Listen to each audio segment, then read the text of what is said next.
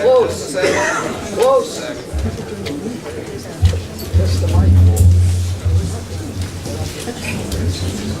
Let's go now. Got it.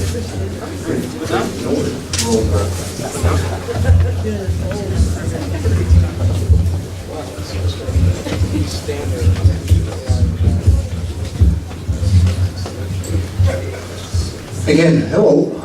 My name is Leo Nelson, and I'm a member of the YYC Cares.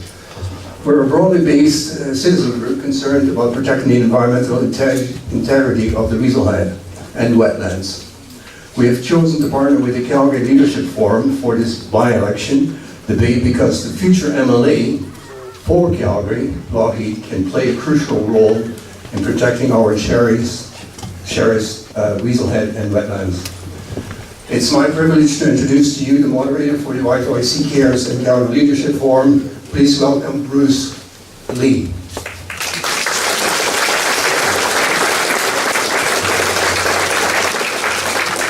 We're going to see if this one works okay. Can you hear me okay? Yeah. Not that I need anyways. Welcome out. Leon, thank you very much. Delighted everybody's here for this historic debate. If you're here. Is everybody comfortable? Do I need to use this one? Yes. Wow, look at that.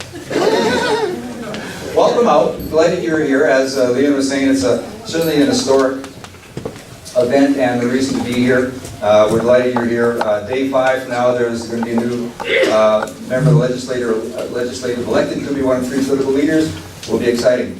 I just want to make sure everybody here is in a good mood. Are you in a good mood? Yeah. How's the weather? They say you should talk about weather but not politics, except today they said we're going to talk about how good the weather is and how good the politicians are and the potential for this. One thing I like to do to start an event off, I want to make sure everybody's in a good mood. All you need to do is repeat after me what I say. Will you do that? Yes. No. Everybody say, I look good. Yeah, a little more enthusiasm. Everybody say, I feel great. I feel great. Good. Now turn to one person beside you and say to them, you are so lucky you're sitting with me here.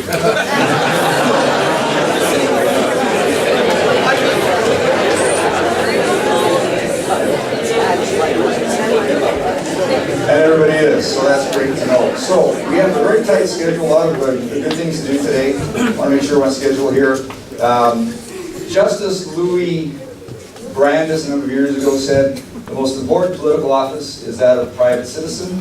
Of course, we know that that's why we're here, to be a part of this process.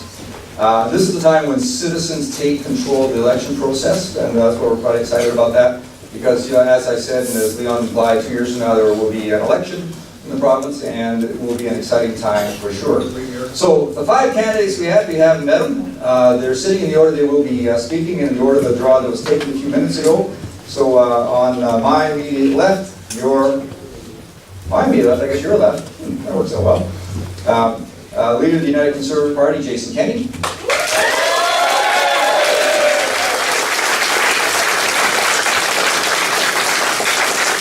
Leader of the Green Party of Alberta, Romy Tyler.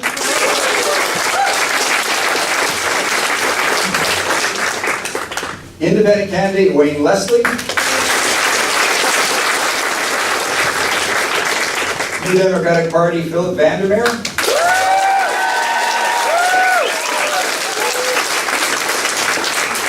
And leader of the Liberal Party, David Kahn.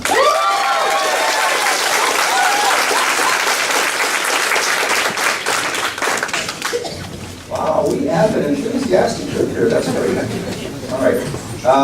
Lorraine Thornstein of the Reform Party was not here due to religious reasons, not being here. There's one other candidate we didn't invite for various reasons. So the process we're going to do is, just to remind you, turn off your cell phones, put on vibrate. If you didn't complete a questionnaire card, I know Steve was walking around handing them out. If you need a card, signal now, we'll give you a card because there will be the cards collected for those that haven't been collected, so we can do a Q&A a little bit later on. The agenda for today. The speaking order, as I mentioned, there was a draw made for the order. There will be a 3-minute opening statement by each of the candidates. We'll then do a series of up to 10 questions. Some are yes or no, some are fill in the blank as to your response to it. There will be no rebuttal allowed for those. We'll hopefully no heckling either. there'll be a final closing 3-minute statement by each candidate. So the rules for the timing, Mr. Rob, what's your last name? Warnock is the timer, and he'll be the one in charge of making sure our candidates stay on time. So when when they start, it'll be time for 3 minutes. At the 2-minute, 30-minute mark, Rob will hold up the gold card, so you know you have 30 seconds left. He will sit at the 2-minute and 45 seconds, hold up the red card, and at 3 minutes he'll stand and hold up the red card, which means you're done. At which time the audience will shower you with hearty applause and their affection. Any questions? Having said that, does anybody need cards? Are we okay?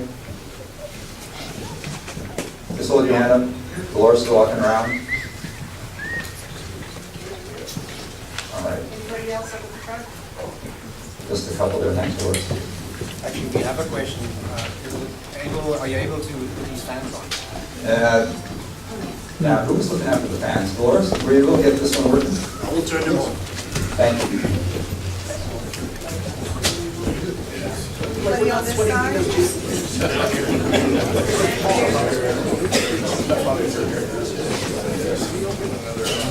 I understand that when you sweat, it's really good for your metabolism anyways. So this is good. So with that, in the order that they were selected,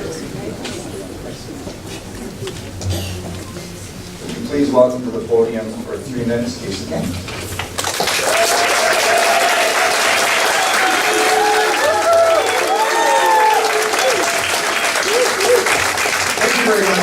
Thank you very much, Bruce, and thanks to the Calgary Leadership Forum for putting together this debate for the Calgary Lougheed by-election.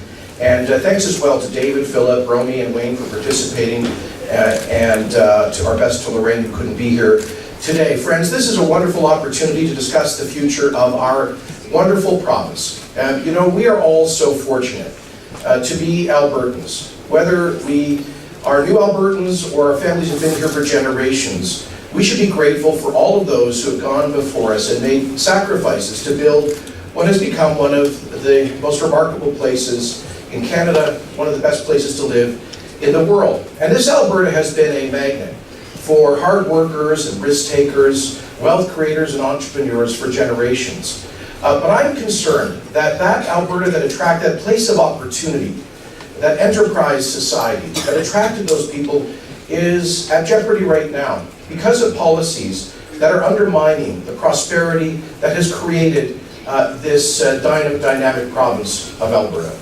We have nearly 200,000 Albertans who are out of work.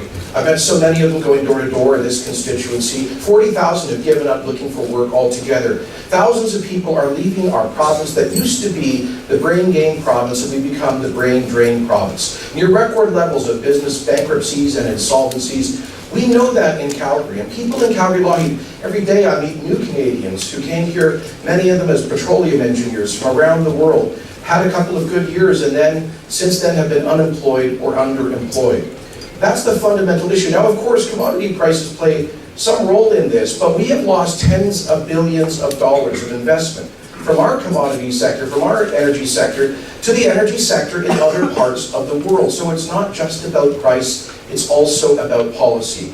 I believe we have a provincial government that has made a bad situation much worse through higher taxes and everything from incomes to businesses, property, and to support a federal payroll tax increase. And the largest tax increase in our province's history, the multi-billion-dollar carbon tax, which is set to be increased by 50% on January 1st and then increased further after that. I believe we need a strong opposition to hold the current government to account, to focus on reigniting our economy, on job creation, on stopping these scheduled tax increases, on fighting for Alberta's interests in the Federation, and ensuring that we get a fair deal, and ensuring that we have the resources, because we cannot redistribute wealth unless that wealth is being created in the first place. We cannot tax and borrow our way to prosperity. So I am seeking, in humility, your support, those of you who are Lougheed residents, for the opportunity to fight for you, to represent you, and to work for you at the legislature in Edmonton, to bring back common sense, particularly to focus on economic growth. Thank you very much.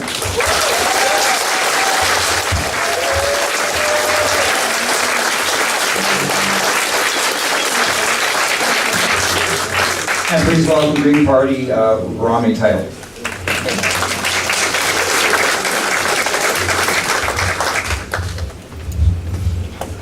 So first of all, I'm going to start off by apologizing. I just had surgery on my throat a month ago, and therefore I'm not going to be able to sing anybody's praises, and I won't be able to yell at anybody either.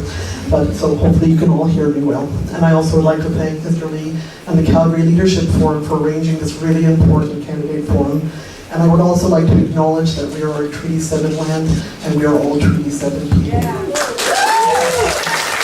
a businesswoman, an electrician, and an artist. I was just recently elected the new leader of the Green Party of Alberta, and currently we have 3 seatless leaders looking for a place in the legislature. I want to apologize to the residents that we weren't able to field a candidate that lives within the riding, but there just wasn't time. This by-election was not called for the benefit of this riding, but for the benefit of Mr. Kenny. But actually, I got thinking about that, and I thought, you know what, actually, maybe Rachel was thinking that might be for the benefit of David and I as well, to get a seat in the legislature. So, but we must not forget it's you, the voters, that this is about. Our government is here to represent you, not as candidates, not our parties, not corporate interests, not dark money, not PAC money. You and only you are what the government is here to represent. I've been asked why anybody would put an X beside my name. Well, let me explain to you why I put an X beside the Green Party of Alberta. I came into politics as a leap of faith and a desire to have our political system work differently. I want to work for all of you, and I want to work with all of us. And this is why I chose the Green Party, because one of its core principles is respect for diversity. I also wished for a system whereby all our votes counted. And again, the Green Party has participatory democracy as another core principle in the party. So instead of voting our geography and being told that Calgary Lougheed is only conservative wins, how about all our votes count and all of us win? I have traveled all over the world to see if there was another place to live, and my choice always comes back to Alberta. Not just because I was born here, but by choice. This is a blessed and beautiful province. For those of us who live here and love here, let us grow Alberta's future from the soil on up. Albertans are known for their self-reliance, their willingness to work hard, their entrepreneurial spirit, and their willingness to take risks. So let's harness those qualities and create the ultimate renewable energy source to power our amazing future. Thank you, and thank you to all the candidates.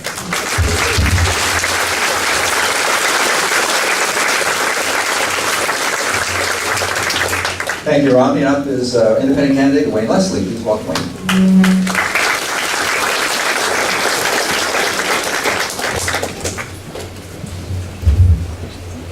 Thank you all very much for showing up here this afternoon. By the attendance level here, it strongly supports that the Calgary Lougheed riding has a very strong foundation, and I think that is fantastic and incredible for you people. Most people in here don't know me. They probably might have seen my face. There's a few friends out here I recognize me, but I moved to Calgary in the early 70s. I've lived here for almost 50 years. In the last 50 years, I spent 33 years of my life working as a Calgary police officer, upholding the dignity, thank you, and upholding the values of Calgarians. I've not really have much experience, nor have I had any desire to get involved in politics until a recent set of events. I strongly believe and maintain that there's a growing belief in Alberta, and it exists from all 4 corners of Alberta, and that is very simple, that you, as electors, no longer have a voice in Alberta. Once your ballot's cast, you no longer have a voice. There is no political accountability in any of these political parties, none. So once they're elected, a lot of them just totally disregard what you have to say or what your values or your views are. And that's why I'm a founding member of the Alberta Advantage Party. This party started up after the merger of the Wild Rose and the Progressive Conservatives, now under the UCP. Basically, there was a group of members that didn't want to abandon their values, their views, They're promises that they made to Albertans. So rather than just roll over and disappear, we got together and started up the party all over again. When I first got involved, I spoke to Marilyn Burns. She's the founder of the party, also the founder of the Wild Rose Party. I had a small conversation with her. She invited me up to a meeting. So a little time later, I drove up to Edmonton and I walked into this meeting. I wasn't sure what I was going to expect. 100, 200 people sitting there. I walked into the meeting and there was 15, maybe 20 plus people there. I looked around and what did I see? I saw a pair of blue jeans. I saw work coveralls. I saw dirty work boots. These were people that believed that they could restore the power and give it back. The more I listened to these people, the more values I found that I heard. Values like professionalism, integrity, pride. Two terms came to term, first of all. One was grassroots, and the other was accountability. This party is funded on accountability. Accountability to you, the Albertans, and it's in black and white on our website. And you can clearly read the values that the party stands for. Thank you very much.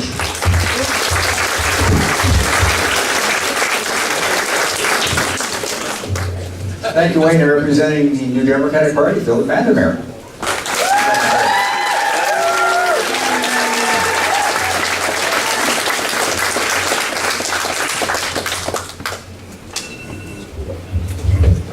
Thank you all for coming out today on a beautiful sunny afternoon with Alberta blue skies to take part in this forum here on the traditional land of Treaty 7 First Nations. I'd also like to thank the Calgary Leadership Forum for organizing this event. I'm running because I love Calgary. As a family doctor for the last 22 years, my first passion has always been helping Calgarians. I'm an immigrant, and like so many others before me, I came here full of hope 25 years ago for a bright future and for the opportunity to make life better for our children. I love Canada, and I'm standing up to fight to ensure that this remains a place where I can grow old. This is why, as a healthcare advocate, I have worked to ensure our healthcare system is there for everybody when they need it. Those values are what inspired me to stand with Rachel Notley and the NDP, a team I am proud to be part of. This government is the first I have seen listen to experts and take real action to improve our healthcare system. Improvements I see benefiting my patients every day. After inheriting a right real mess of fiscal chaos from the previous government, compounded by low oil prices, we chose to protect the things that matter. In just 2 short years, we have steered out of recession to the fastest growing economy in Canada. And we chose to deliver for thousands of families and communities. We're getting new schools, like Marshall Springs School right here, and the new Catholic school on Fish Creek Boulevard. School fees have been reduced, and tuition has been frozen for 4 years, saving students and parents thousands of dollars and ensuring our next generation has every opportunity for a bright future. We've broken ground on the new Cancer Centre and the Southwest Ring Road. I'm also proud of our Premier's work to ensure our oil and gas industry is strong and sustainable. Through our Made in Alberta Climate Leadership Plan, rebates and incentives, our strong energy sector and households will decrease our environmental footprint.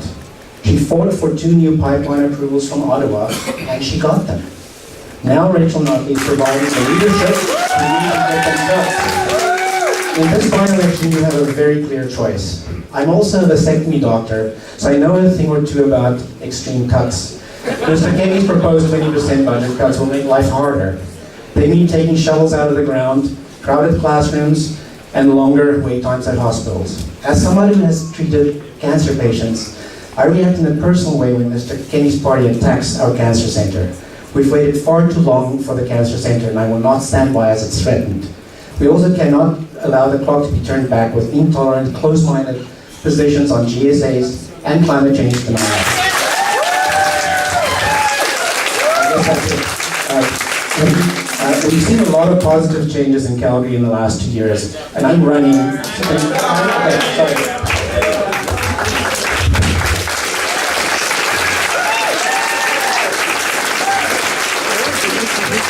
Thank you, Philip, for the Liberal Party, David Conn.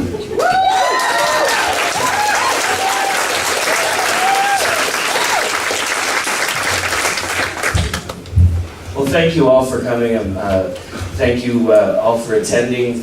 Thanks to the organizers of the Calgary Leadership Forum for providing us this great opportunity for this debate. Thank you to Jason, Romy, Wayne, and Philip for attending.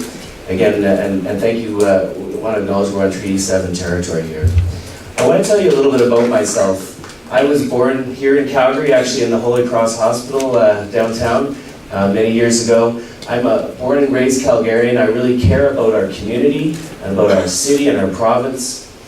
And I care about creating jobs and the economy. My father was very lucky to have a successful career in the oil and gas sector. My mother is an accountant. My sister works in the oil and gas sector. In fact, I worked on the ground actually building pipelines as a summer job one summer to pay for my education. So I can say I've actually built pipelines. I grew up in Lake Bonavista in South Calgary here, so I know about our communities. And so I wanted to stress that the oil and gas sector has been good for my family, it's been good for our city and our province. But I've also seen that there's some real problems in Calgary, Lougheed, as I've knocked on thousands of doors the last number of weeks. There's young families where one or both parents are out of work, who can't pay the bills. There's seniors that are worried about their children's finances and where their own pensions are coming from and how much money they'll have in the bank. There's parents concerned about their children getting a good education, a quality education. And everyone is concerned about the quality of their health care, especially when them or their loved ones are sick. There's young people graduating with degrees or diplomas with mountains of debt and with no jobs. So I hope that we can have a real debate here, and I know that I've got real solutions for Calgarians and for Albertans, and I strongly know that the NDP and the UCP don't. With respect to jobs and the economy, we need real comprehensive tax reform to attract businesses and investment and create those jobs that we all need to feed our families. We've got to address the high cost of healthcare and education, cost-effective service delivery, frontline service delivery, best practices from around the world. We need smart solutions and to deal with our deficit and our debt. And be respectful of taxpayers' dollars, but tackle that deficit and address it. We need to move Alberta forward. We need a better Alberta for everyone, and that's why I'm hoping that on December 14th, you'll vote for me to be your next MLA. Thank you.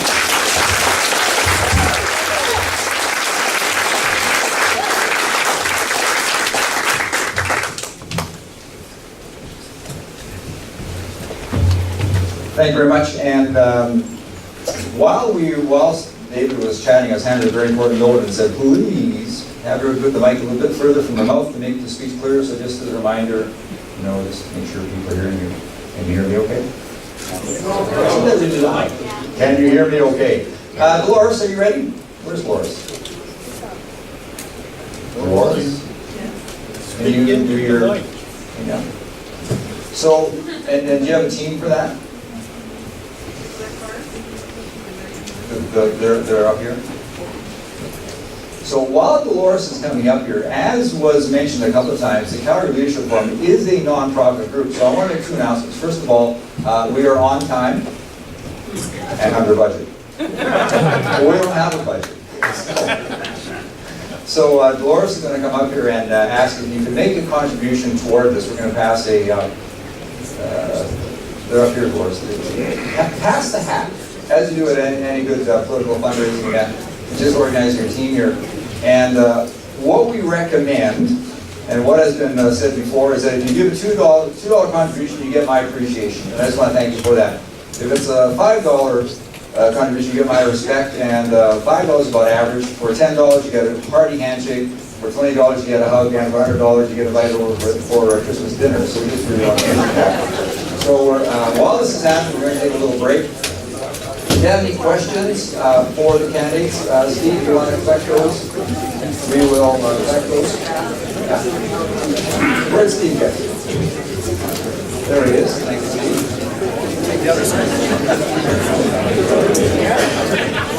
And since this is Christmas, please contribute generously. Thank you very much.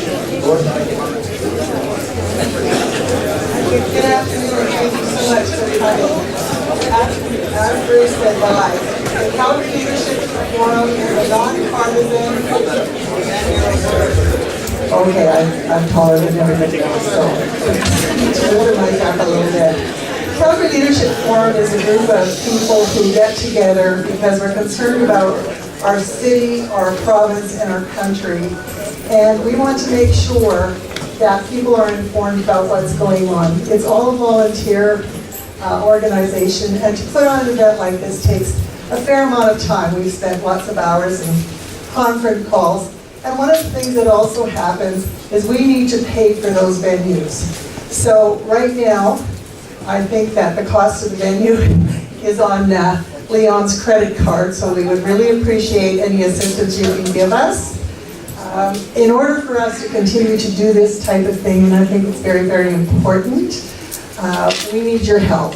So if you would be able to throw a few dollars into the basket that comes your way, we'd really appreciate it. And also, if you're interested in joining the Calgary Leadership Forum, by all means, go to our website. As I said, it's nonpartisan. We get involved in lots of different things. We've hosted probably 15 different debates, whether they be leadership debates or just, civic leadership, mayoralty campaigns, So we want to keep people informed because we want people to be involved and because you all care about our city and our province and our country as well. So please, thank you very much.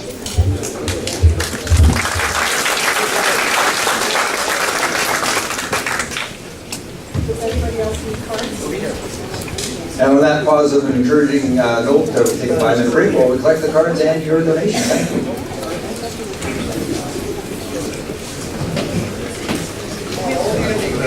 I like the green. I get a hug. Actually, you have to give a low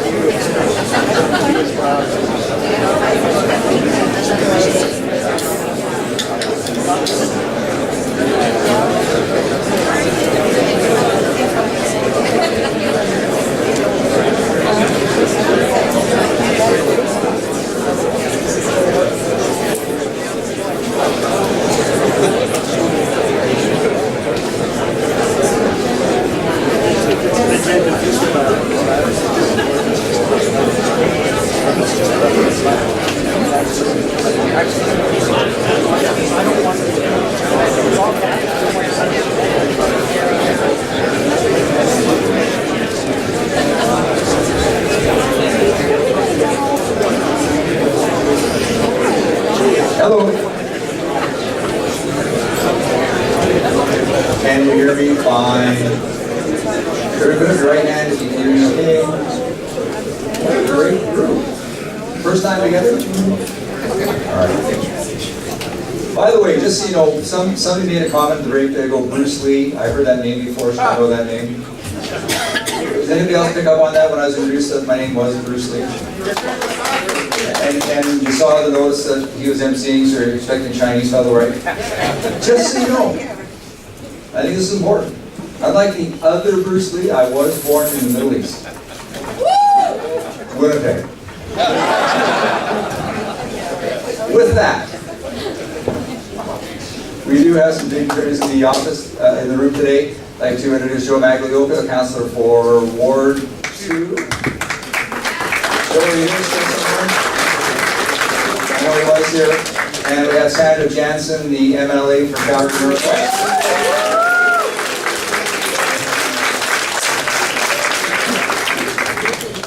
And if I missed anybody, that's because I don't have my glasses on. So. Oh, and I'm not quite hearing the name, but Raponda, where are you? Thank you. Oh, sorry. And somebody else I can't see, so thank you. Oh, Minister, thank you very much for being here. Obviously, I'm not hearing well either, so Jason, thank you for that. I appreciate that. So we have thank you for your questions. Our committee over there has Leon and Steve have sorted through them. We had 3 prepared questions, and they're simply yes or no. And then we'll get into your questions. We don't have live questions. We want to make sure we're not influencing one way or the other. We want to hear from the candidates, and I think so far they've done a really good job. Maybe I actually hear that before them again. Nice round of applause for them.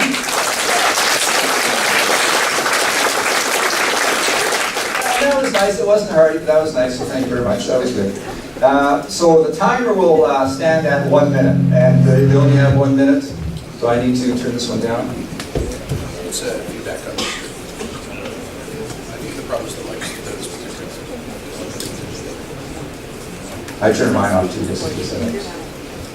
Jason, can you check that? So there'll be 1 minute to answer the questions. The first 3 are strictly yes or no. And for the rest of the questions, it'll be that. We'll ask Steve to come up with the rest of them. So question number 1, we'll just go back and forth as we go across here. Starting with Jason and all that. Question number 1, please answer the yes or no. Would you take a stand on behalf of the Calgary Lougheed constituents to oppose the present road design with an alternative clear span option favored by YYC Cares and many Lougheed constituents avoiding the alternative environmentally destructive road dam model over the Weasel Head? What are you talking about? You mean the Southwest Ring Road? Yeah. No. Absolutely, yes. It's a very shocking way to jump over that. Yeah, yes or no? Yes. Yes. Yes. And question number 2 in reverse order. Please answer with a yes or no. Are you aware that the Alberta Environmental Appeal Board has met with YYC Cares over wanton and deliberate illegal land use in the Weasel Head area, land area, and the release of that report has been denied to the people who brought it forward? Would you fight for that release and the required review that would entail yes or no? Yes, I'm aware of it, and yes, I believe in transparency. Yes or no? I was not aware of it, but I also believe in transparency, so yes. Definitely a yes. On both counts, a hearty yes. Yes, it should already be accessible under 40. Thank you. And I just want to say this is the first time we've done yes or no questions, so this is really handy. And the third question before you Pretty loaded questions. And of course, as this is co-sponsored by YYC Cares, we want to make sure it's important to this area. Question number 3, starting on my left with Jason again. Please answer the yes or no. Do you feel there is a need for a 16 to 18 lane freeway when the rest of the Calgary Ring Road is only accommodating 6 to 8 lanes? Yes, I accept the province's plan. No. Definitely no. Disagree. Yes. Yes. And thank you for that. Please welcome Steve Chapman. What are you doing? And please welcome Steve Chapman. Thank you very much for your questions. We've gone through them, we've amalgamated a number of ones that are basically the same and trying to organize it. The questions are basically answerable by all 5 candidates as opposed to questions that were specific to an individual. So our idea is to get an idea of their answers and their opinions on a variety of different topics that Albertans face right now and consider to be a priority. So the first question is dealing with the deficit. Sometimes a deficit is a juggling act between grants and jobs for future programs. So where is the balance and what are the solutions? I guess... Steve, just mentioned 3-minute mark too as well. 2 minutes for answers. They have 1 minute. Oh, sorry. Go ahead. Well, that's the one of the biggest questions that we face is the deficit and the debt. I think there isn't a far right or a far left or a yes/no answer to this. I think it's an issue that we have to be very careful in addressing. But let me be clear: we're not at crisis levels that require us to slash and burn 20 or 30% of our budget. But similarly, we can't just continue to spend and hope that the price of a barrel of oil goes up to $100 or $120 a barrel. And it's clear that the NDP has no plan to actually address that deficit. They continue to spend like the price of a barrel of oil is at 100 or going back up, and it's not clear that it is. So we have to have a real plan to address that deficit, to get our spending in control, and to have a plan to reduce the difference between the amount we take in and the amount we spend. So we need to look at smart solutions, and especially in our healthcare, in spending money efficiently. We're going to obviously these are big questions, but we are going to try to be concise with what's your top solution or top answer? It's supposed to be 1 minute. No, they know it. Right. I think a key way to reduce deficit is obviously to be able to grow the economy, which is exactly what this government is doing. We all like to balance our checkbooks, even if it's at the kitchen table. I'm really proud that this government chose to make that investment at a time when Albertans were at their lowest. We know that that plan is working because the economy is now the fastest growing in Canada. We are now, however, able to start making savings while protecting those frontline services that matter to everyday Albertans, like healthcare and like education. In contrast, if Mr. Katie goes ahead with 20% cuts across the budget, that would mean things like closing every hospital, eliminating diagnostic services, and eliminating community care and home care, let alone closing every day for continuing care for our seniors. That's certainly something that I can stand by and support.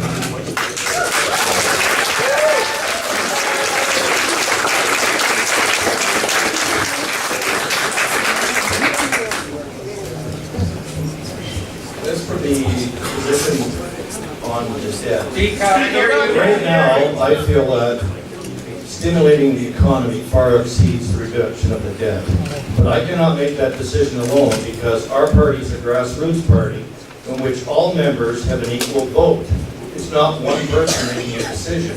It's a group of people making a decision that reflect the values of the candidacy where they came from.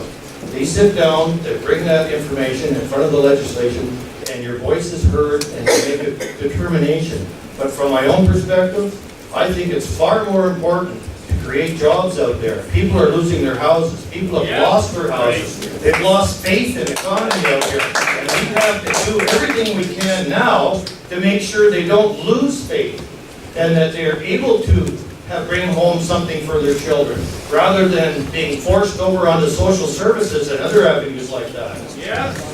Job creation is first and foremost. Thank you.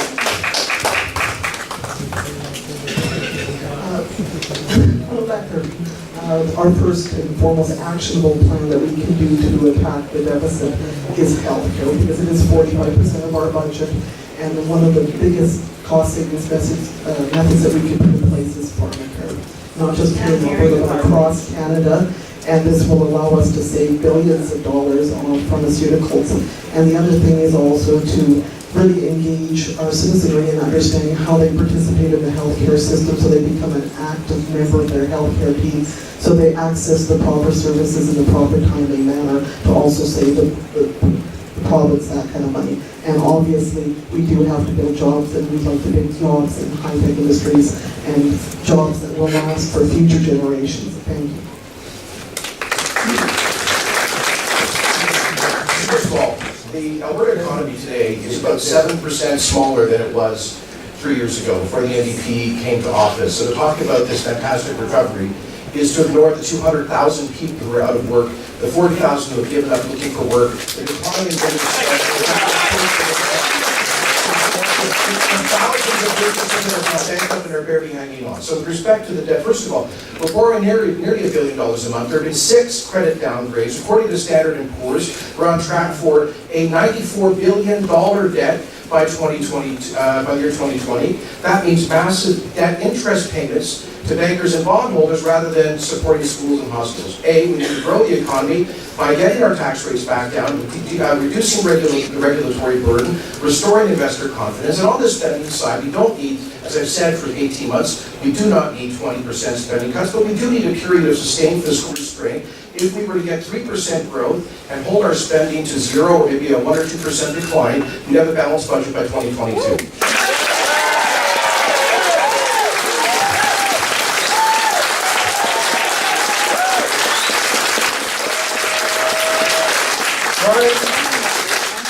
Or if I can have you hold your applause to the end of the question, that would actually help things along as well, okay? I understand enthusiasm, that's great. Second question. Healthcare is the biggest cost in our budget, yet we still have pressing issues like opiates, mental health, hospital management. What are the priorities over the next coming years? Well, healthcare, like general government spending in Alberta, we have the most inefficient system in the country. We're spending having the highest per capita expenditures of any province on healthcare in a country that has one of the most expensive publicly administered and insured systems in the world, and yet results here are declining. We have the longest surgical wait times of any province outside of the Atlantic region. And so many people I meet here have suffered as a result, waiting for 18 months or 24 months for care to stop pain. Many people becoming addicted to opioids as a result. This isn't working. There is too many middle managers managing managers. We need to push those resources to the front lines, to the people who are actually dealing with care, like Philip, to have the decentralized decision making. And I believe we should also have at least as much internal competition and choice as people in British Columbia and Quebec have. They spend less per capita, but have shorter wait lists because they have more options within a universal publicly administered system.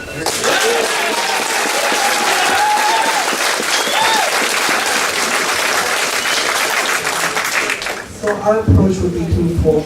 First of all, the mental health issues. Our first responders are taking the brunt of our healthcare services.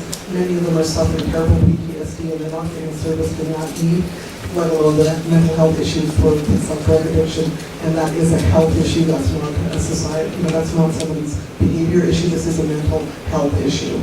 The second part of this is our aging population is going to require much better choices for their senior livings, whether it be assisted or independent living or fully into a hospital situation. Our governments have been very lax and remiss in not making these facilities already available to people in their broader spectrum across Alberta. And therefore, we're letting them leaving our family members in hospitals, hoping the space will open up for them in the facility.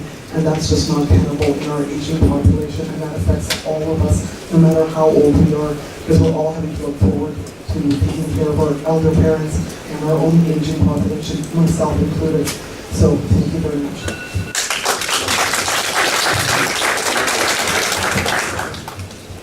This question is a double-sided sword. There's a mention about opioids. I think the only way this province is going to control the opioid problem is to change the legislation, changes in law that make it far severer consequences for anybody caught trafficking, distributing, manufacturing opioids.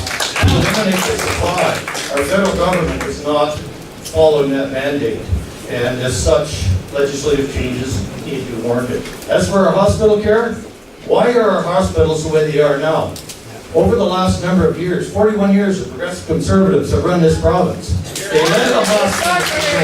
They closed the Holy Cross. They closed the General Hospital. All the time while they had massive surpluses, $12, $15 billion. And the same thing happened. They collapsed. It's totally beyond control here that you have to wait upwards of 16 or 18 hours in an emergency ward to receive treatment. You pay your taxes. You expect the doctors to be there for you. So this has to be addressed.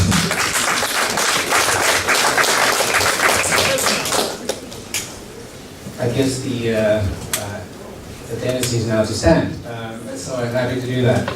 So as a family doctor who has also devoted the last 10 years of my life to actually reform this healthcare system, I can tell you that I know a thing or two about it.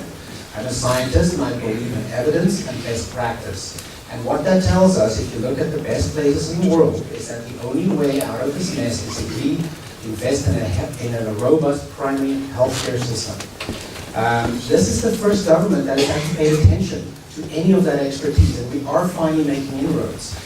If we go back to doing business as usual, as we did under the third year of management with the previous government, we would be back to the Stone Age again. I simply can't stand by watching that. As a family doctor and a leader in this province as well, I've been intimately involved in an opioid task force that will bring $9 million back to primary care where we can deal with the opioid issue, because it's not just an addiction, it's also a mental health issue. And that's just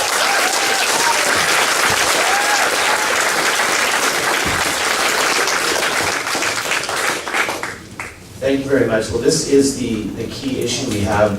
We're spending, as Romy said, 45% of our budget on healthcare.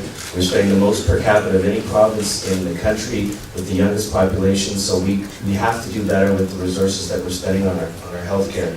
I'm focused on forward-looking thinking on innovative solutions. I worked in the healthcare sector in British Columbia where they were spearheading outcome-based solutions, so paying doctors for best outcomes, not for just all the procedures that they can complete. We need to look at home care, at pharmacare, at mental health supports, and at drug treatment. We need to focus on the wellness of the population of our fellow citizens earlier in their life cycle, and not dealing with the problems in the long term by forcing them into emergency rooms and into hospitals where the costs are much higher.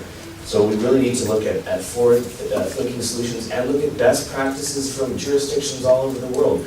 We're not the only people that require good health care. There's good approaches from other jurisdictions, be it across Canada, around the world, and we need to look at importing those good practices and trying to do better with the money we're spending.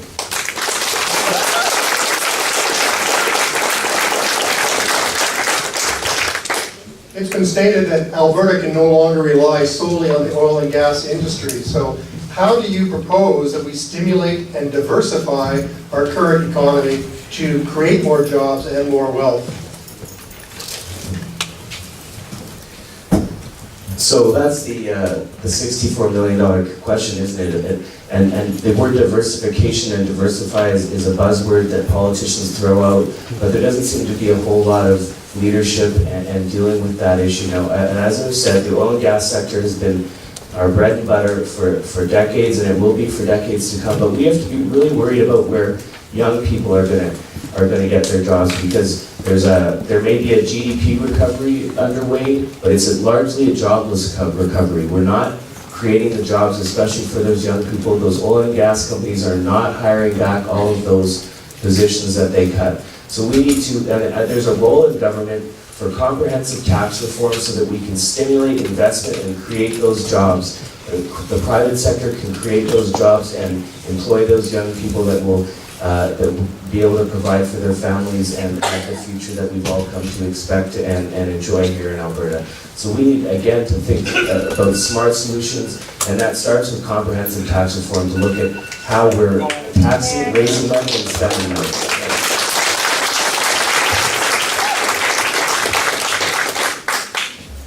So my family does business in the oil and gas sector as well. I'm acutely aware of what has taken place there. Diversification can't happen overnight. And at the end of the day, a strong energy sector is what will drive us towards a low carbon economy.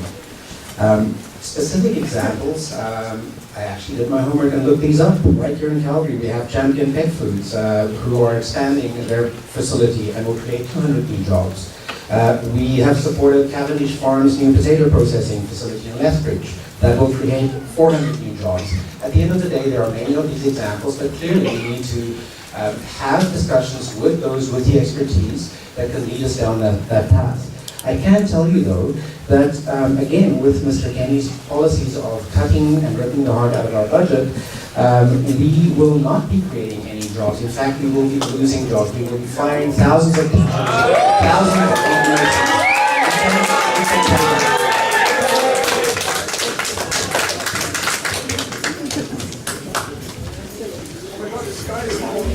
So far, the conversation's been centered on the hydrocarbon products here in Calgary, or in Alberta.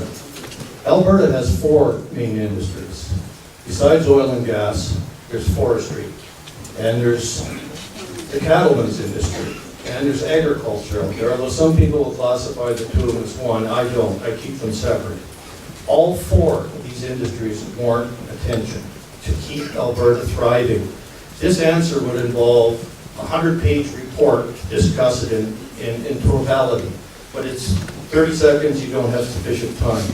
If you go south right now and go into the Forestry Reserve, you'll see nothing but massive bald hills because the NDP has been very reluctant about enforcing little things like replanting trees. There's fields that were lumbered 30 years ago that are still sitting bald. And the same thing with our ranchers and our cattlemen and the farmers out there. They require constant updates. Some of the legislative changes that were brought in for farmers. Right.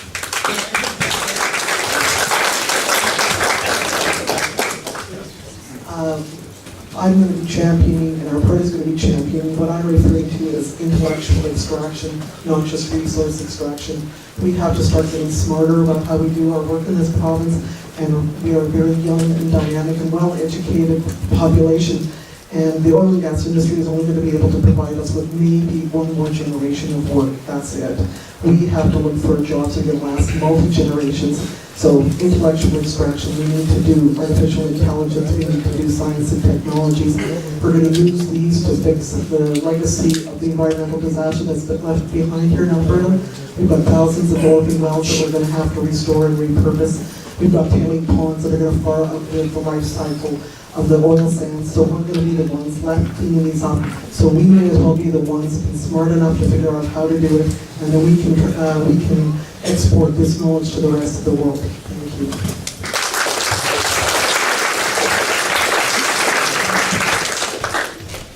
First, we should celebrate the fact that Alberta's economy is a whole lot more diverse than it used to be 40 years ago, and that's been driven primarily by population growth. The paradox is the population's doubled in those 4 decades by people coming here partly to participate in the prosperity created by the energy sector. So I don't see the energy sector as a problem, but rather as part of the solution to diversification. We need to maximize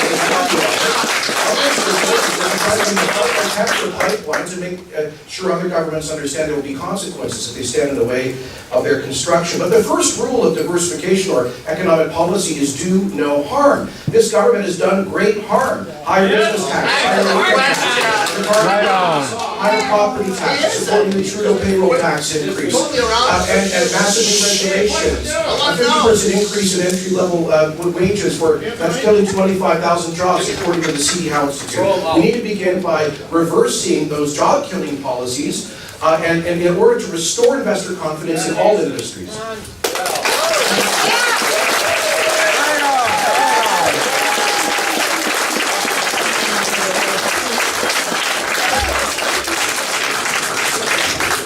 Comments from the floor will not be tolerated. You will be asked to leave. Please contain yourselves. Let the candidates answer the questions. That's what we're here for. Now, following up on that question, if we are looking at more of less of a resource management or resource-based economy and more of an education one, what are we doing with our education system? Are we doing enough? And how can we do that better? Well, sadly, in key areas like math proficiency, you see declining results. In Alberta, since the introduction of Discovery Math and Instruction, for example, there's been a marked decline in outcomes and standardized test scores for mathematics, while those outcomes are increasing in places like Korea and China. Imagine what that means for our kids 20 years from now in a digital economy if they're less math proficient. So I think we need to put an end to failed pedagogical fads in the education system, focus on tried, true, and tested teaching methods, particularly those STEM competencies that can help young people succeed in a digital economy. I'm very concerned about the direction of the NDP's curriculum rewrite. They're not being transparent about the experts that are doing this, but I am concerned we're going to end up with more fads and political content and less core curriculum to focus on the core competencies that young people need to succeed in the future. Finally, I'm a big supporter of our tradition of pluralism in education, of school choice. The NDP is ideologically hostile to that, but I'll defend our tradition of school choice.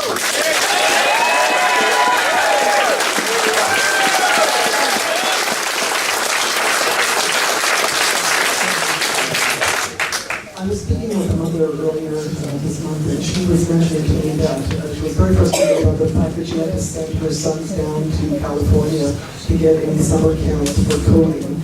Now these are the kinds of programs that we should be running here, already starting well into the youth. The other aspect of our education is that we have to get ahead of what's coming up. So artificial intelligence is going to be a big player in our future jobs. Just going by and see any cashier job is being replaced by an automatic teller. So there's going to be a really shift in how we get work and where we get work. And we need to be prepared for that. Not just the technology of that, but also the philosophical implications that applies to us as human beings, as what is the quality of our job life. So our universities have to be much more vigorous in setting a curriculum that's going to provide that kind of knowledge for us to move forward. And we also have to be very careful in our university systems to not allow big industry to come in and sponsor programs where they basically indoctrinate our students into their Again, comments from the floor. That's twice. I'm a firm believer in the core values of education, but let's be realistic here. Education, you can promise the world what's going to happen, but when your child goes to school today, where does he go? He goes into an overcrowded classroom with almost double the amount of students in that classroom that used to be there a few years prior. Your child is receiving a substandard education. Alberta's educational levels has diminished to such a point we're almost the lowest in the country. And why is that? Because there's no schools to put these extra students in. Demographics, the politicians before knew our population was increasing. They knew that they needed new schools. But what did the BC government do? Nothing. Absolutely nothing. They did nothing for you. They did nothing for me. And as a substitute, your child has to suffer. Even while they had massive surpluses, 10, $15 billion a year. What happened to this money? It sure helped them into hospitals or schools.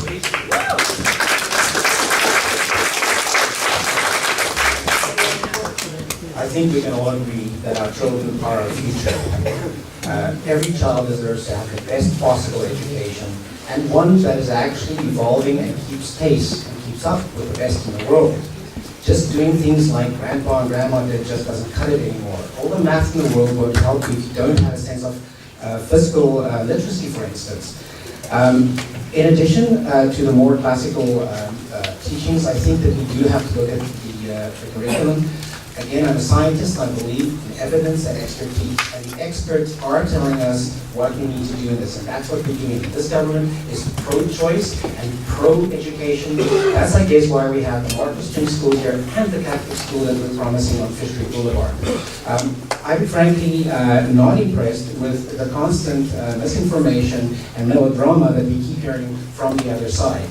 I'm really concerned that with budget cuts that are coming, we will actually see a worsening in our education system. Less teachers and less schools.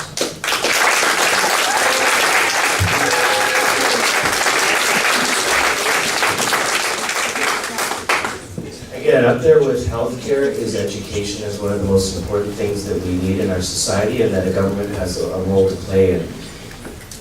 We need to redeploy the money that we're spending, the large chunk of money we're spending in our budget on the front lines where it's going to benefit our students and our children the most. And that's hiring more teachers and more teachers' aides, having lower class sizes. These are the real changes that are going to help our students achieve the best outcomes they can and have the best lives possible.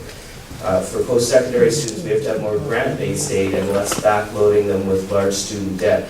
We need to have predictable funding for our schools, our education systems, and for our post-secondary education systems so that those institutions aren't yanking tuition up and down or downloading costs from year to year to students and costing families dislocation and busing problems, etc. We need to take best practices from all over the world and train them for future skills.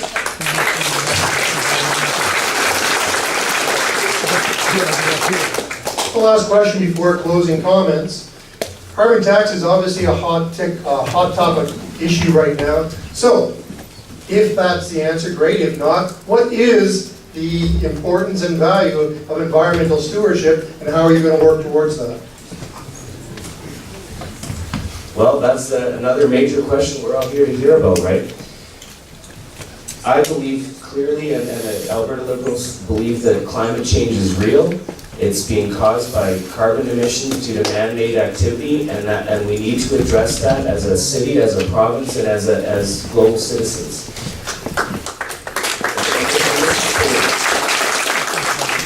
But the carbon tax is only one way to deal with the issue. We need to bring down carbon emissions. And the carbon tax, if it was properly implemented, could be a way of doing that. The problem is the NDP, the way they've structured their carbon tax, they bring in the revenue. There isn't proper controls on how that revenue is spent. It's really developed into a long-term NDP re-election slush fund where they spend the money however they feel like it. We should be focused on the actual goal, which is to reduce carbon emissions, and the best, most efficient way to do so. And so I'm concerned with the way the carbon tax has been developed and implemented.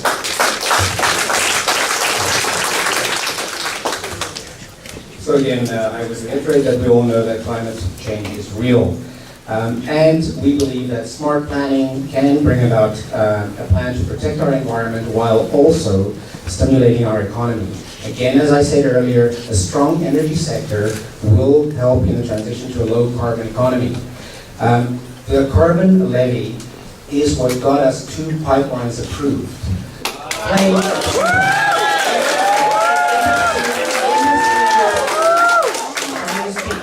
Industry was involved from the get-go in designing this plan, and they are lining up behind the Premier as we speak. This is a made in Alberta plan that we can be proud of. We are world leaders in this. And without it, there will be no pipelines. Let me be clear, no pipelines. And that is what we're doing.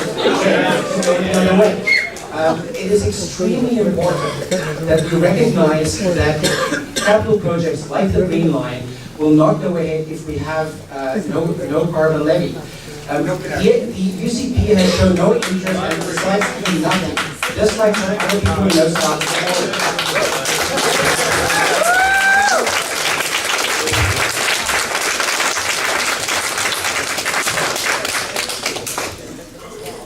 First and foremost, I'm in favor of eliminating the carbon tax. Under a structured type of recall system. Otherwise, the federal government is going to step in here next week and administer a new carbon tax in which we have no control over. So we have to be very careful how this is removed. Secondly, I admit openly that global atmosphere has been warming, but I don't believe it's a direct result of human beings. Right now, less than 1% of the carbon emissions that are in the atmosphere, less than half of 1%. It comes from countries like India, Pakistan, the United States.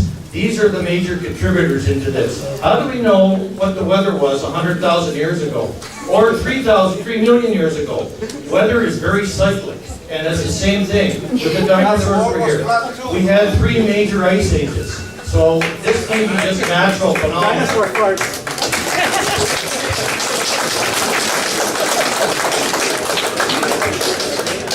So obviously, this will come as no surprise to anybody that the Green Party fully believes in climate change as a man-made occurrence, and we are fully committed to doing everything we can to mitigate what's happening and not just end up adapting to the problems. So first of all, yes, we do support the carbon tax, but we also want to put a cap on the oil sands they're producing right now. But the other very big aspect that we can and should be working much harder on is we have actually very vigorous environmental standards in this province. It's just the administration of those and the people out in the field being able to actually record and get the data on what's happening is lax in this province.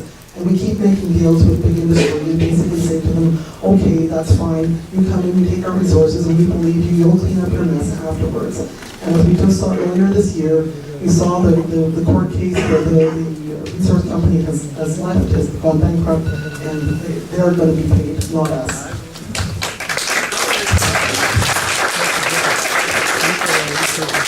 Climate change is obviously real, and I do believe there are anthropogenic reasons for it that impose on us an obligation to take prudent measures to reduce greenhouse gas emissions, but we ought not to impose upon ourselves massive economic costs that no comparable jurisdiction is around the world. And that is what this government has sought to do. This carbon tax is all economic pain and no environmental gain. Even the guy who designed it, Professor Leach, says that it will not reduce carbon emissions by as much as we would hope, but will displace carbon-producing activity to other jurisdictions that do not have a similar tax. It's what economists call the problem of carbon leakage, which is why Australia reversed theirs. The French socialists decided not to impose theirs. The rest of the world's going in the opposite direction. And since the NDP announced it, Justin Trudeau vetoed Northern Gateway, Barack Obama vetoed Keystone XL, the NDP in British Columbia and all the municipal governments came out against Kinder Morgan, and the NDP, the National Energy Board, helped to kill the Energy East pipeline route. Not one single organization, politician,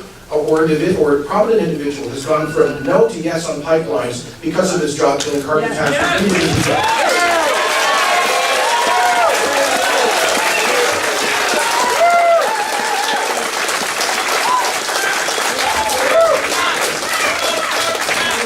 Thank you very much, Steve and Leon, for the questions, and thank you for contributing those great questions. So, the great news is we're right on time. The good news is 5 candidates, 5 talented people, 50 points of view. The bad news is it's kind of like getting a drink from a fire hose when there's so much information. I don't know about you, but I was impressed by what I heard, and I go, I need to get more information on a lot of these issues because we have opposing points of view on a lot of these, which is why we're encouraging you to stay behind and talk to the candidates after to get more information on that. So, we're going to start the wrap-up process with the closing remarks, and that's where these candidates will get a chance to, in 3 minutes, tell you part of their leadership and part of their vision. My way of thinking about this process is leadership has taken a group of people in a direction that's in their best interest, and vision is about seeing the future and helping people get there. So with that, we're going to do it in reverse order. Would you please welcome for his closing comments, Leader of the Liberal Party, David Kahn.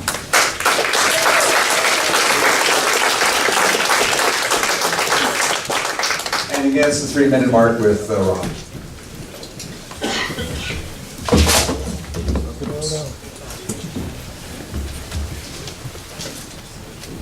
Thank you very much again for coming. I really do appreciate you organizing this and having a chance for us to have a respectful debate about the issues. I think you've found so far that there's a lot of fear-mongering from the left, from the NDP, and from the right, from Jason Kenney and the UCP. It's clear that the NDP is out of touch with residents of Calgary Lougheed and their concerns about jobs and the economy and where their paychecks are going to come from. But it's also clear that Mr. Kenney isn't being honest about the cuts that he's signaling he'll make to our budget and the effects it'll have on ordinary Alberta residents. And I reiterate that there is a better way that isn't the far left or the far right. The NDP said it touts GDP growth, but it's largely a jobless recovery. So we're not getting the jobs that are so important for Albertans and for our neighbors and friends. But there's things that we have to do to deal with the environment and to provide quality healthcare and education. And as Alberta Liberals, we're focused on smart, evidence-based solutions. We're not beholden to the left or the right. We're not going to fearmonger about the carbon tax on the right or the massive austerity cuts.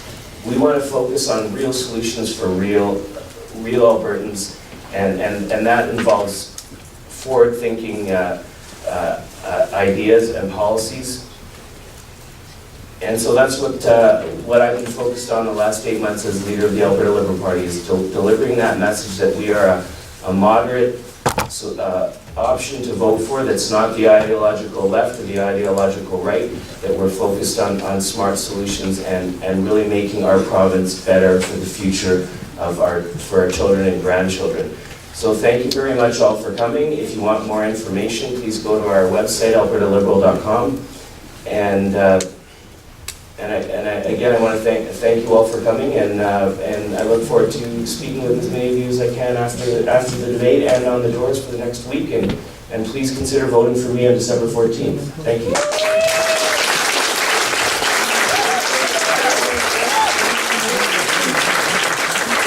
Thank you, Jason. We can never get a party, Bill Vandermeer.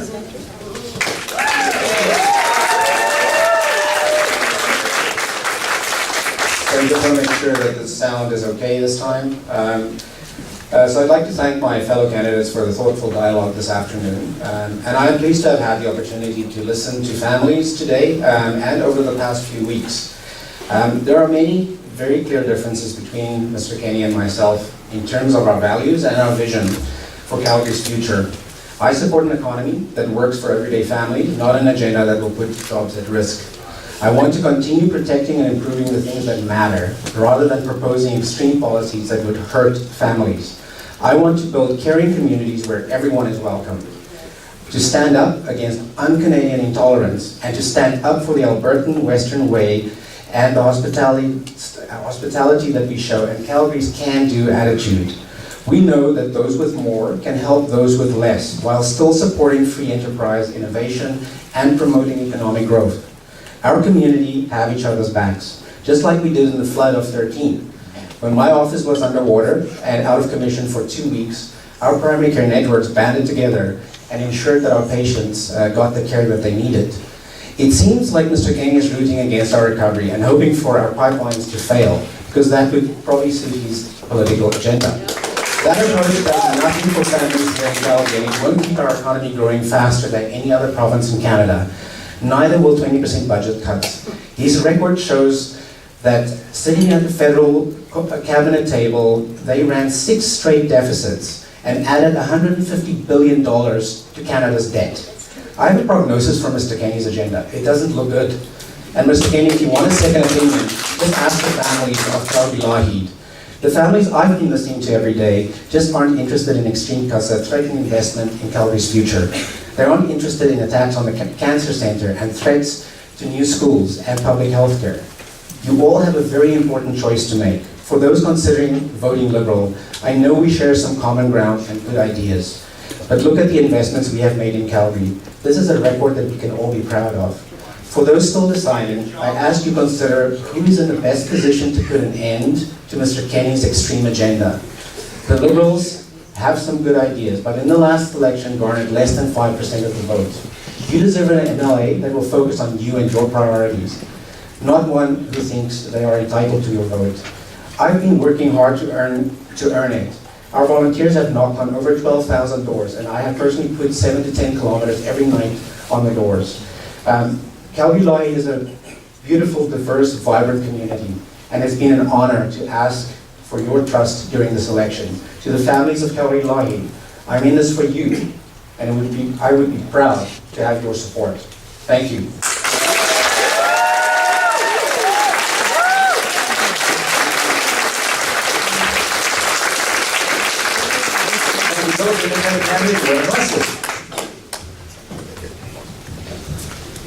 Thank you all very much. It's been an eye-opening experience for me and an honor to come in front of the Lougheed community. And I would like to say that I'm in a position that I would do as much as possible for the residents of this community. Today we sat here and listened to a whole variety of agendas. Doesn't matter what they were, their agendas thrown out to you. But again, there's no accountability on any of these parties sitting here. Nobody is going to be forced to follow up on anything they say. I can promise you the moon. Everybody here is going to get $1 million paycheck for Christmas, but it's not going to happen. And that's what's going to happen to a lot of the material you just heard today. Because why? Because you do not have a vote. You have not had a vote in Alberta politics for several decades now, because these people don't want to be accountable. They don't want to be made accountable to you. So regardless of what they tell you, it's all a waste of time or a big puff of smoke. The Alberta Advantage Party is here to try to create credibility and accuracy so that we represent you, the people of Alberta, first and foremost, so that you have a vote. You talk to your local constituent representative. That vote and your advice goes right into the MLA and sits at a table. We want to be made accountable through other legislation besides being grassroots. Recall is another legislation that we've tried to introduce that was unanimously shot down by the NDP party, the PC Conservative Party, the Liberal Party. Nobody wanted this accountability, this recall policy put in place, which would make them subject to you, your wishes, your interests, that you would be able to turn around if the opportunity exposed itself. You could have a candidate removed under your jurisdiction so that that person had to represent your interests. And that's what we're here for, and that's what we stand for. Alberta Advantage Party. We're here, a solid base party in Alberta, for Albertans, by Albertans. We're just a simple group of farmers and ranchers and business people that have become disillusioned with the political system. We don't like it. Why? First and foremost, there's no accountability, and there hasn't been for years. How many promises have you heard in so many elections that I'm going to do this, I'm going to do that? It doesn't matter, because they don't have to follow up on anything they say without accountability being entrenched, being forced on them, so that they have to listen to you. You want educational systems changed? Then they have to respond to that. You want health care issues looked at? You want senior care care taken care of? Fine.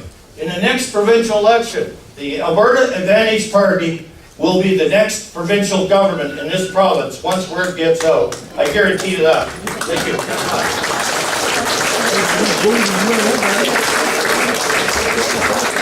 Thank you, Wayne. Representing the Green Party of Alberta, Romy Kyle.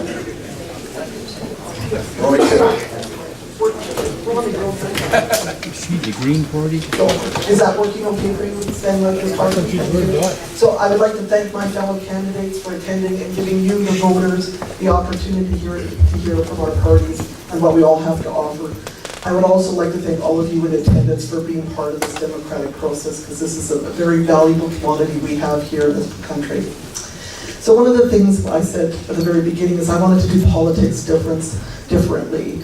And what was seen, and it's come out in this audience, is that what's happening here in our political system is we're becoming very much entrenched in silos. And my belief in Alberta, the only thing that should be in silos is grain, not us. The challenges that we're facing now and in the future are going to be very difficult, and we require all hands on deck. We need all of our thoughts, we need all of our ideas to be brought to the table so that we can find the best solution to make Alberta the best it can be. Not just one way or the other way, but we must come together. And this is what has to change in our politics. We have to start speaking with each other, not at each other. We have to start listening to each other, not talking at each other. We're at a very unique time in Alberta's history.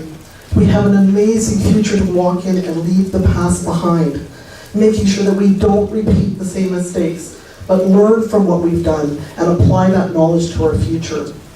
Alberta is ready to stand on its own 4.15 million pairs of feet and not be rocked by every bump in the oil and gas market. So please join me and the Green Party of Alberta into that future. Thank you, and thank you again to the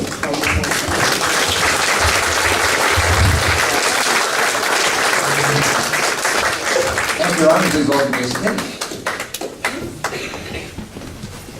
Well, thank you again to the Leaders Forum for bringing us together and to my fellow candidates for the public spirit and service demonstrated today. But a lot of things have been said about me, and I feel if I don't respond, I'll be accepting some inaccurate charges. So allow me to begin with just a brief rebuttal. First of all, Philip, I have never said that I support 20% spending cuts. I've said the opposite. I said that's not realistic, but we do need a period of sustained fiscal restraint. So you can put away all of the apocalyptic talking points you've gotten from the NDP Caucus Research Bureau because they're not accurate. We support the cancer hospital. We simply ask why your government chose the most expensive bid and it took a longer time to build it. We like it. We still haven't got an answer to that entirely reasonable question. In terms of schools, I'm pleased to tell you that when the former MLA here, Dave Rodney, was MLA the last few years, in the last tenure of the PC government, 4 new schools were opened in Calgary, Lougheed. You mentioned the Harper government deficits. It's true that when we had the largest global economic crash since the Great Depression, that every developed country in the world went into a period of deficit. The NDP, your party, asked us to spend more and borrow more, but we were the first developed country to come out of that recession, and to balance its budget. The Green Line. You said we need a carbon tax to fund the Green Line. As the federal minister for Southern Alberta, I announced the largest ever federal infrastructure investment in Alberta history, $1.53 billion for the Green Line 2 years before the provincial NDP did it, and I made that commitment without a federal carbon tax. Yeah. It's about There's general accusation of extremism. Look, I've been elected in South Calgary 7 times with on average 70% of the vote. Philip, are you saying that those 70% of South Calgarians are extreme for electing me? Or the parliamentarians from all parties who elected me the best overall parliamentarian in the Maclean's survey? I won the leadership of what has of a party the second largest membership of any party in Canada. That is according to the polls, or whatever they're worth, the most popular political party in Canada. So Philip, I don't call you extreme. I think New Democrats are good people. I just disagree with your ideas. Let's have a respectful debate on the basis of policy and not name-calling, not characterizing your opponents as sewer rats.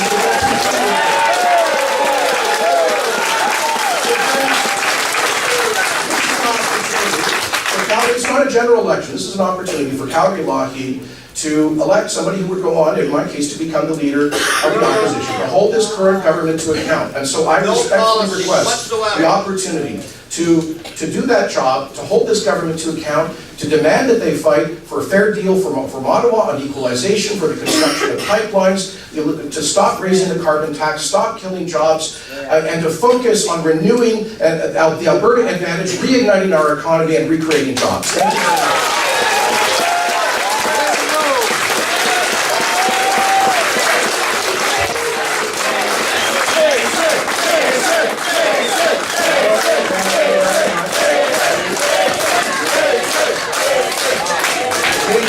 very much. And I'll be okay with that.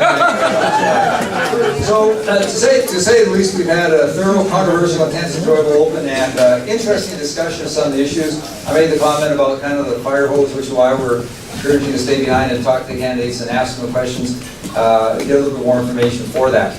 I want to thank the 5 of you for your participation and taking time out for the campaign to be here.